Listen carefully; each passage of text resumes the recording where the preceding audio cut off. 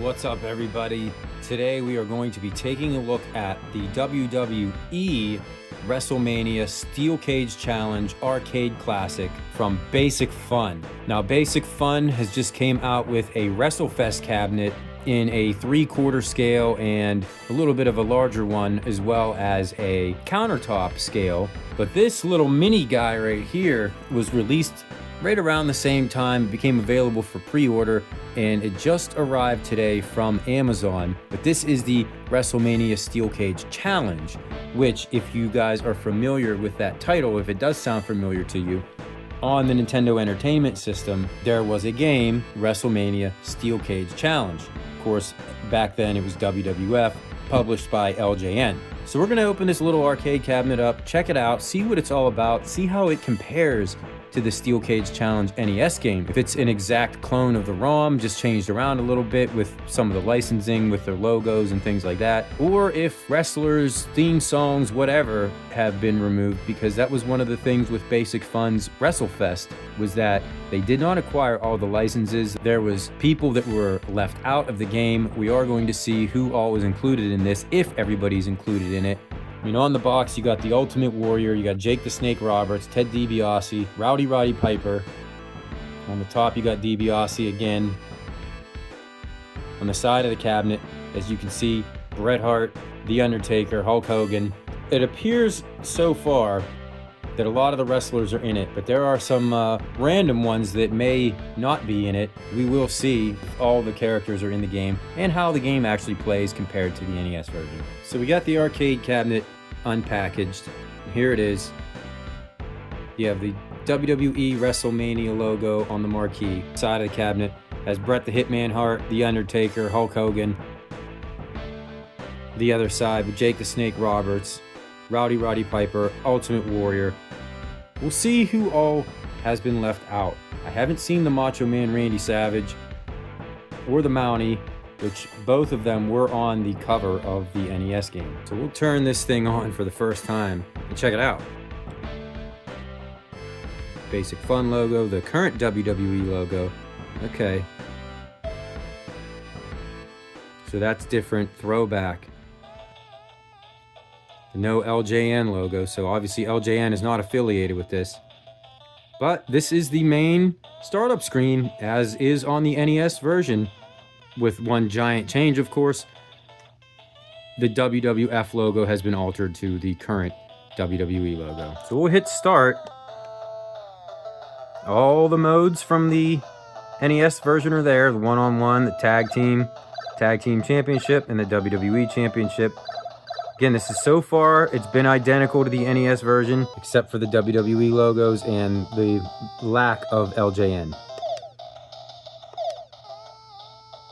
Well, we're gonna go through the roster, and right away, you come across Ultimate Warrior, who was not in the original version. So he was an addition here.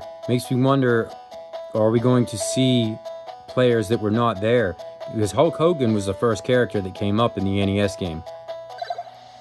It's The Undertaker, Jake the Snake Roberts, Ted DiBiase. Okay, there's Hulk Hogan. Bret the Hitman Hart, Sid Justice, Roddy Piper, Erwin R. Shyster. And another addition to the game, Razor Ramon was not in the NES version. So far now you have Ultimate Warrior and Razor Ramon. Okay, we're back to the beginning. So no Macho Man Randy Savage and no Mountie.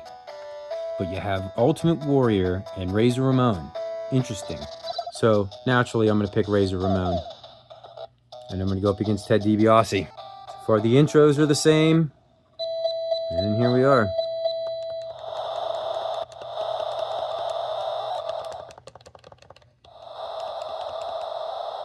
I mean, for a little arcade game, it actually plays pretty well. I'm the guy in the blue, of course. B kicks, A grapples, and once you grapple them, you can get into a move, usually a suplex of some kind or a slam. It's not bad. Plays just like the NES game, and if you're familiar with any of the NES WWF games, they're not really the greatest. This one is probably the best of the four, and it plays pretty well on this little arcade machine. Of course, we got to try out a cage match before it's over. And this is Steel Cage Challenge after all. We'll pick Rowdy Roddy Piper. And there you are, inside the steel cage.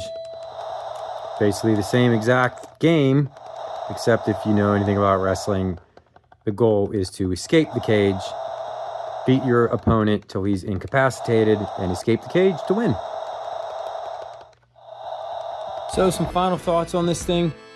It's a cool little game. Definitely some changes. As we saw, no Macho Man Randy Savage, no Mountie, but you do get the Ultimate Warrior and you do get Razor Ramon. And the thing about Ultimate Warrior and Razor Ramon is this game was ported in 2018. So there does exist a ROM of this that has been converted with all the WWF logos being replaced to WWE and the Ultimate Warrior and Razor Ramon characters being added into the game. But in that version, they replaced the Mountie and Hulk Hogan, and Macho Man Randy Savage was included in the game. Well, in this one, Hogan, apparently they have the license to him, so he was left in, and Savage and the Mountie were removed, and Ultimate Warrior and Razor Ramon were inserted into it. This is obviously not the NES ROM. This is probably that revised version that was done in 2018 of the NES ROM. Either way, it plays exactly the same, looks exactly the same, sounds exactly the same as the NES version, minus the few changes to the roster. Obviously, the WWF logo being removed to the new vintage WWE logo. No traces of LJN. But, I mean, other than that, they play, like I said, exactly the same. It's a cool little toy, good shelf or desk decoration, something that you'd probably pick up and play every once in a while. Probably not all the time, considering that you can play the NES ROM 1,000 different ways these days. So overall, I'd say it's pretty good. It's worth your money. I kind of expected there to be some roster changes, especially considering what Basic Fun did with their 3/4 scale of the WrestleFest game. It was a pleasant surprise to get Razor Ramon and the Ultimate Warrior. I mean, yes, you'd love to have Randy Savage in here. At least they did it justice to the roster by adding 2 extra characters, 2 iconic characters, which is something that they did not do in their larger WrestleFest cabinets. They just removed the characters completely and didn't add anybody in their place. So overall, yeah, I think they did a pretty good job with this one.